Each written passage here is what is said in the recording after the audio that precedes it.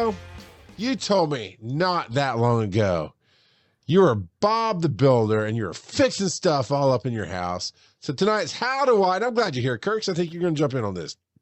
Good How luck. do I do home repairs? You know, we had Vito on not long ago talking about how he's celebrating doing something on his own. When you're new, or maybe not even new, and you fix something in your house, you feel great. But how do you even get started? And I think you did do something here recently, Joe. Yeah, the way you do home repairs is you ask someone else to do it.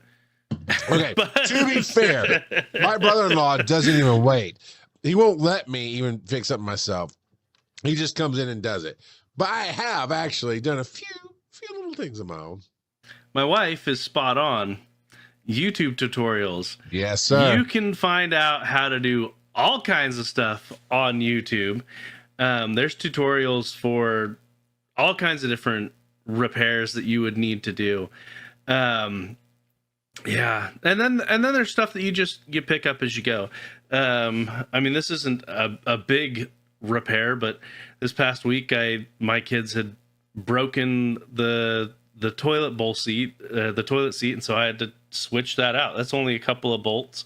Pull them out, pull it off, replace it. It's good. Although I don't know what I do know what they did, but we're gonna keep that off of here. But the washer show is gonna be full of crap. I love it. The washer did not want to come off of it. It was adhered to the toilet, and I had to get a lighter because there's a plastic washer to get it to release from the toilet. It was that was a pain. It's so disappointing. The lighter. I would have gone like, oh, this is a great excuse to get a hand torch from Home Depot just to get this one washer off. Oh man. But that a lot of stuff will come with instructions. Like I've changed a bunch of the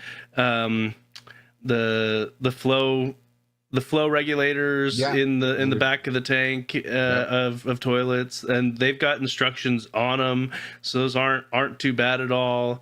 There's a lot of stuff that you can do yourself, even just not just the home repairs, but like your car, if you feel so inclined. There's a bunch of little stuff that you can do yourself to save you. And I'm not talking anything huge, like changing your windshield wipers or changing your air filter or changing your light bulbs, all of that is.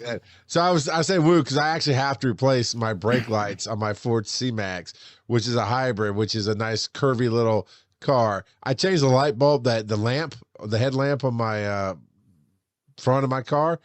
It took special freaking hex screwdrivers that luckily my brother-in-law had. So sometimes it's not as easy, but yeah, you're not wrong. I mean, there's some really cool things you can do that most everything can be easy.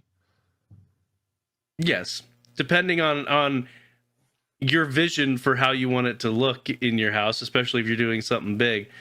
When we redid our porch, that was actually kind of like with your brother-in-law. My father-in-law was just like, I'll do it. It needs to be done. So we ended up just buying the supplies and he did it because for a little while there, I guess he had run out of projects at his own house because he was finding projects to do at our place there for a little while. And I mean, he's got the stamina of someone 50 years younger than he is, because he's in his 70s and he's replacing our deck and stuff like 70 isn't what it used to be by any stretch. But let's see, I'm trying to think of the different stuff that we pretty soon here we're going to need to replace the one of the light fixtures in our kitchen. It takes fluorescent bulbs, but the bulbs are not getting sufficient electricity to maintain the lighting. So there's got to be some kind of short in the fixture. Is it the ballast or is it the fixture, you think? I don't know. It could be either, to be honest. At first we thought it was because I know they had changed the some of the laws regarding fluorescent bulbs. So I was wondering if maybe the bulbs were incompatible with the older socket, but my father-in-law had some of the exact same bulbs that were in it before, and they still weren't working. So that way we could isolate the fact that it's got to be an electrical issue with it. But yeah, so we'll look up tutorials, and I'll probably ask my father-in-law for help because he's replaced those in the past. So basically it all boils down to finding someone that knows how to do it and learning from them, whether it's online YouTube or someone personal in your life.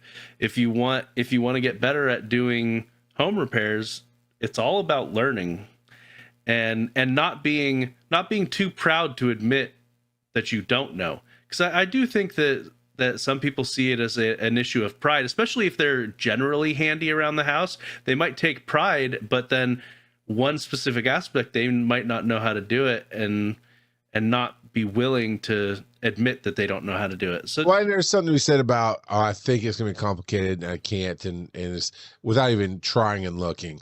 But yeah, I agree. YouTube is great. I actually took apart a motorcycle and put it back together with most of the parts put back where it's supposed to be. It cranked. It would not crank before. It cranked after the YouTube video.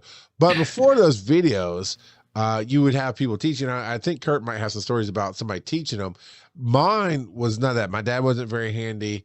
We didn't live near my grandfather. He was handy, but I only saw him like twice a year. When my grandfather passed away, he had this big book from 1982 or something like that. That was like from Sears and Roebuck, about 101 repairs you can do in your own home. I'm like, this is kind of cool to look through. And then I ended up using it because it showed me how to patch a hole in drywall. And I was like, oh, this is really cool. And I felt like a man because and it's, I mean, that's so much easier, but it's basically cut your own patch of screen, blah, blah, blah. I mean, it just says, it doesn't say this, it like walks you through it, but to me, it's like, hey, dummy, it's not that hard. It's just stick it up and spackle it. You're done. You know? So that was kind of how I learned. Kurt, how did you learn? Yeah, so I stink at that stuff. So I'm actually a little surprised by that. Yeah, no, I look, I was a computer geek way early on. So I put all my effort into that rather than car repair, home repair, that kind of thing. So I can do basic things like I will look at what it is and what it takes to do it. I will watch a YouTube video, but there's a threshold, and I can't define what that threshold is. But if it looks like it's going to take more than a couple of steps and have any complication whatsoever, I'm out. Like I'm just out. And so for example, I can change ball cock in the back of a toilet, that kind of thing. I'll swap out the batteries in the smoke detectors, that kind of thing. That's not a big deal. That's white privilege. Sometimes if something it looks like there's a clog, I might be able to, depending on the sink, turn off the water, go underneath, make sure I have a bucket, and then unscrew the U. Connector. Just screws and bolts, basically. Yeah, right. And with the car, it's air filter, easy. On my Prius, there were engine coils, what were called engine coils, which are things that sat over the spark plugs. But they were in such a way that you could literally just unscrew something and just pull them out, get the replacement part, put it back in, and screw it back on. Really easy, really, really easy. Changing my oil, forget about it. A buddy of mine changed my brakes. I watched him do it, and I went, "No, I'm not doing that." Yeah, same. But repairing, replacing wipers. Yeah. The air filter, the oil, not the oil filter, way different, but the air filter in the car. I now get annoyed if a garage wants to charge me for replacing that. If they say you need a new air filter, cool, I'll do that. Because I know exactly what to do. You need a new cabin filter too. Cool, I got that too. Like once I figured out how to remove the glove compartment, I'm all over that. I don't want to do the cabin filter. Oh, I don't. I'll do it if it needs to be replaced. But What's funny on mine, so I was at a place that changed oil, whatever, and like, yeah, we suggest you change your air filter. But okay, because I already looked at it, and they're like, cool, and it's one of these quick lube places, whatever. Yeah. And they had to take out ratchets to take apart the top part of the engine to get to the air filter. Like, yeah, in this car, it is not that easy to get to the air filter. So make sure you put it back together right, kiddo.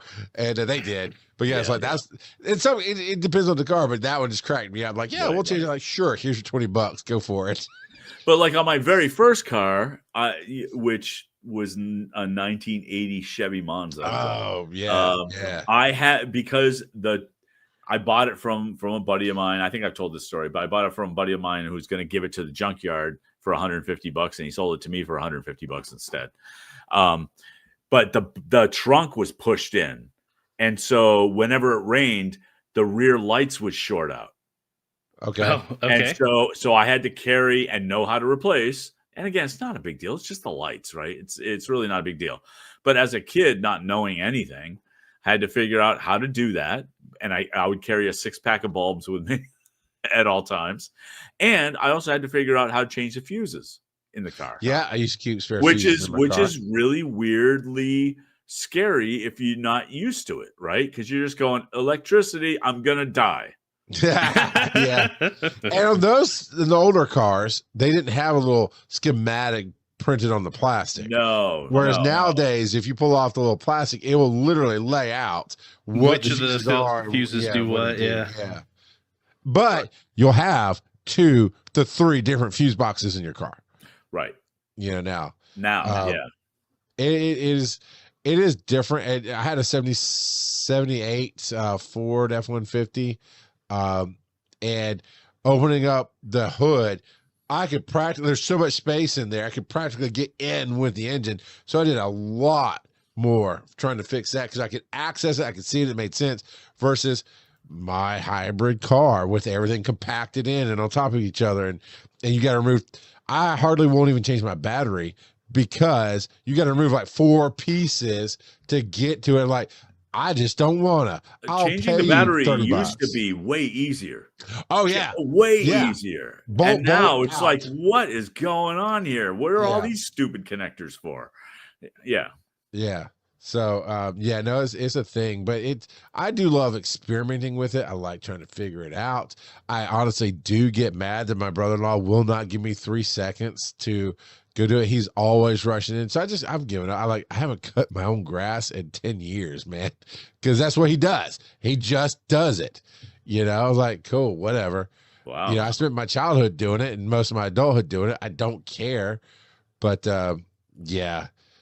And every once in a while, like, I tell my wife, like, you tell him, don't touch this. This is mine. I'm doing this project. But it's rare. But yeah, Joe, I don't know why. Joe fixed something within the last month or so. It just surprised me. Like, you can code all day long. I did not expect that you would say you fixed that yourself, whatever it was. I put in a new mailbox. I don't know if that's what you're talking about, but I don't know, maybe. I felt like it was something more in the house. I felt like it was more of a thing that you would call your father-in-law to do. But mailboxes aren't that simple. I'm trying to remember because I did have my drill out and you were asking me about it. I remember the conversation. It might have been something other than the mailbox that I did with it, but yeah. But yeah, YouTube can be your friend. I tell my kids that all the time. And honestly, just figuring it out.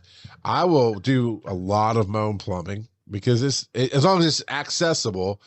And now, okay, I am a freaking giant. So I am not going to climb my happy butt underneath the counter. I'm just not going to do it. It's too, but I'll get my kids to do it and I'll guide them with a flashlight and tell them what to unscrew and not unscrew. And it is kind of fun to go, oh yeah, you should have had a bucket before you did that.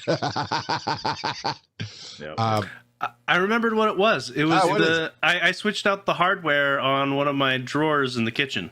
That's what our conversation was about. And you said you were surprised I didn't ask my father-in-law to help. Maybe hardware seems easy. I would probably do something. Handles. Yeah, I would probably do something like that, hardware or the rails, because like you can almost. That's what I meant by the hardware was the So you did the railing, rails and everything. Yeah, Yeah, because the tracks. You Yeah. can almost buy kits for that now. Like Yeah. yeah. So something like that I would do. I would if it bugged me enough. yeah. I mean, Well, and a lot of times you got to weigh the cost of learning how to do it, the time spent to do it, and if you have to buy any specialized tool to do it. Right. All of that's going to add up to, cost and effort versus hiring someone to do it for you. And so that equation, especially the effort part, is going to be different for different people. So I still say, though, if you are younger, then the more of this stuff that you learn early on, the more it'll serve you. Yeah. Like I really do wish I knew more about automotive repair. If we had auto shop in high school, I would have, if I could time travel, I would go back and do that. Yeah. But I mean, so much of cars nowadays is computerized that you really do need specialized equipment to even diagnose it. See, the beauty of that is I have one of those ODB computers that you plug into the port. Oh, there you go. And so now if the check engine light goes on, I'll plug that in and go, okay, it's throwing this code. What does this code mean? Because Google's your friend. Yeah. And so when I bring it to the garage, A, it's not a surprise, or B, if it is a surprise, I know that they're trying to pull a fast one. Yeah, that's true. So, man, it's not worth it to have it in a personal vehicle, but these cameras we have for our ambulance fleet, they do really cool things. And because they're tied into the OBD and all that, is that it will not just read the code and report it back to me. It gives a report on what the code means, some general repairs for it. And if there's a YouTube video, it's already pulled the YouTube video and put it in the report for me. Nice. That, I mean, these are ambulances. We're not going to do it, but they are designed for small fleets. Like, Kurt, if you had to travel to customers and you drove a truck for work, it's designed for that. So it's like, well, that really comes in handy to, like you said, to at least know that it's not a surprise that this is what the repair is going to be, right? Versus other things. I do feel good. Like I fixed my motorcycle last fall. I just ordered my shifter rod had gotten bent. Actually, it came to me bent and I didn't realize it. So ultimately I had to replace it. It was easy, but I had to lay on the ground and work in about half a foot space to get my hands in there and fix it. I'll cuss the whole time, but then I feel good about myself after I fixed it. And same with light fixtures. I'll do them all myself. I will not pay somebody to do that, but I will cuss and yell the whole time. And then when it's done, I feel good. It's good.